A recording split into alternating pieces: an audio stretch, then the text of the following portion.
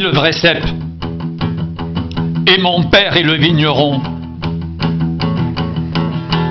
Tout sarment qui est en moi et qui ne porte pas de fruits le retranche. Et tout sarment qui porte du fruit, il l'émonde, afin qu'il porte encore plus de fruits.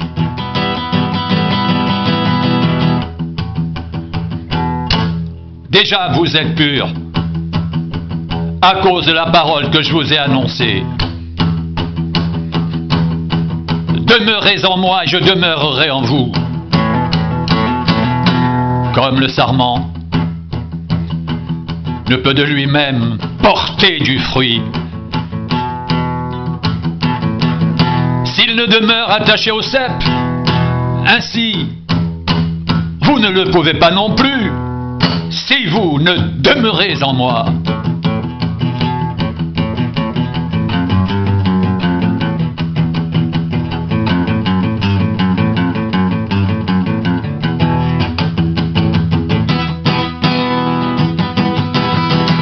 Je suis le cep. Vous êtes les sarments. Celui qui demeure en moi et en qui je demeure porte beaucoup de fruits, car sans moi vous ne pouvez rien faire.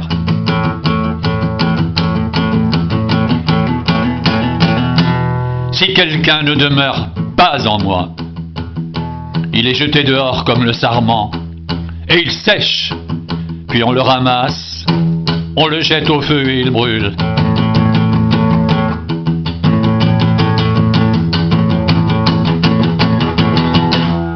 Si vous demeurez en moi, et que mes paroles demeurent en vous,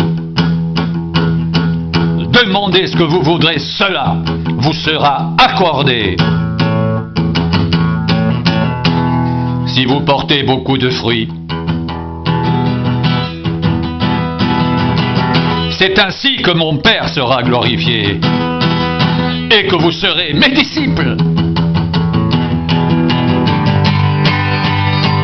Comme le Père m'a aimé, je vous ai aussi aimé. Demeurez dans mon amour. Si vous gardez mes commandements, vous demeurerez dans mon amour, de même que j'ai gardé les commandements de mon Père et que je demeure dans son amour. Je vous ai dit ces choses afin que ma joie soit en vous et que votre joie soit parfaite.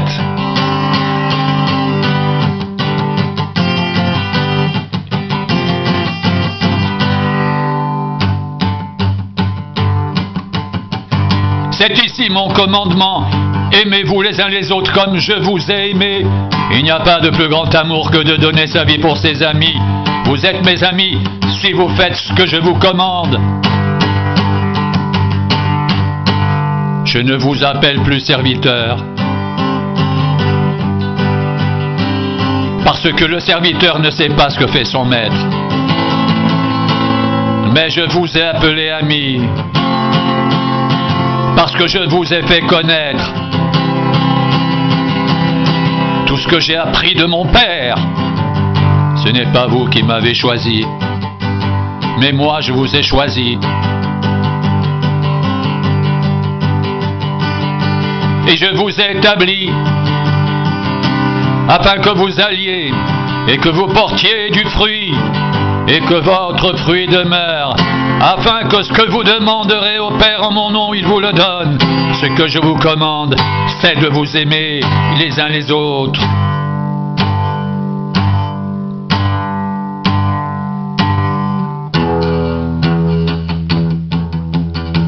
Si le monde vous hait, sachez qu'il m'a haï avant vous.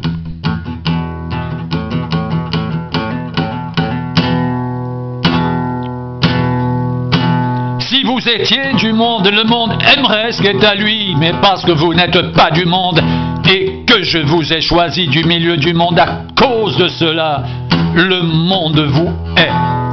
Souvenez-vous de la parole que je vous ai dite. Le serviteur n'est pas plus grand que son maître. S'ils m'ont persécuté, ils vous persécuteront aussi. s'ils ont gardé ma parole, ils garderont aussi la vôtre. Mais ils vous feront toutes ces choses à cause de mon nom, parce qu'ils ne connaissent pas celui qui m'a envoyé. Si je n'étais pas venu et que je ne leur ai point parlé, ils n'auraient pas de péché. Mais maintenant, ils n'ont aucune excuse à cause de leur péché. Celui qui me hait est aussi mon Père. Si je n'avais pas fait parmi eux des œuvres que nul autre n'a faites, ils n'auraient pas de péché. Mais maintenant, ils les ont vus et ils ont haï moi et mon Père. Mais cela est arrivé afin que s'accomplisse la parole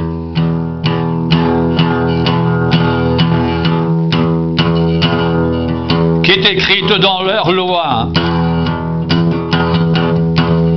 Ils m'ont haï sans cause.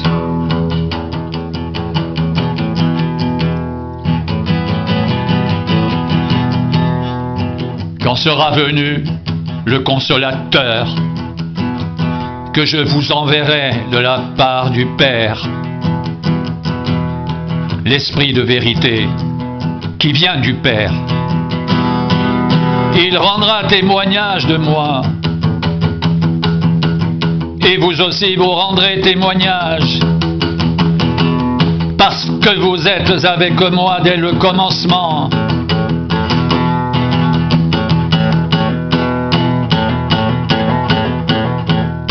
Je vous ai dit ces choses, afin qu'elles ne soient pas pour vous une occasion de chute.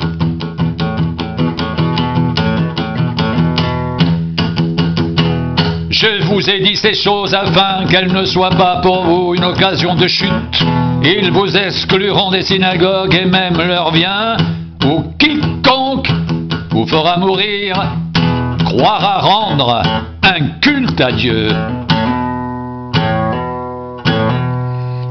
Et ils agiront ainsi parce qu'ils n'ont connu ni le Père ni moi. Je vous ai dit ces choses, afin que lorsque l'heure sera venue, vous vous souveniez que je vous les ai dites. Je ne vous en ai pas parlé dès le commencement, parce que j'étais avec vous. Maintenant je m'en vais vers celui qui m'a envoyé. Et aucun de vous ne me demande où vas-tu. Mais parce que je vous ai dit ces choses, la tristesse a rempli votre cœur. Cependant, je vous dis la vérité. Il vous est avantageux que je m'en aille, car si je ne m'en vais pas, le consolateur ne viendra pas vers vous. Mais si je m'en vais, je vous l'enverrai. Et quand il sera venu, il convaincra le monde en ce qui concerne le péché, la justice et le jugement. En ce qui concerne le péché, parce qu'il ne croit pas en moi. La justice, parce que je vais au Père et que vous ne me verrez plus. Le jugement, parce que le prince de ce monde est jugé.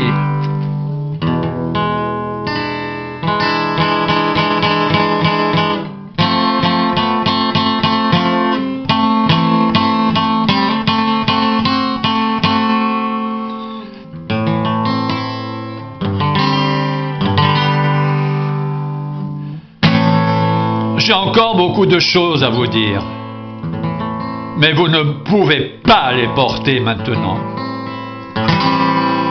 Quand le consolateur sera venu, l'Esprit de vérité, il vous conduira dans toute la vérité, car il ne parlera pas de lui-même, mais il dira tout ce qu'il aura entendu et vous annoncera les choses à venir. Il me glorifiera parce qu'il prendra de ce qui est à moi et vous l'annoncera. Tout ce que le Père a est à moi. C'est pourquoi j'ai dit qu'il prend de ce qui est à moi et qu'il vous l'annoncera.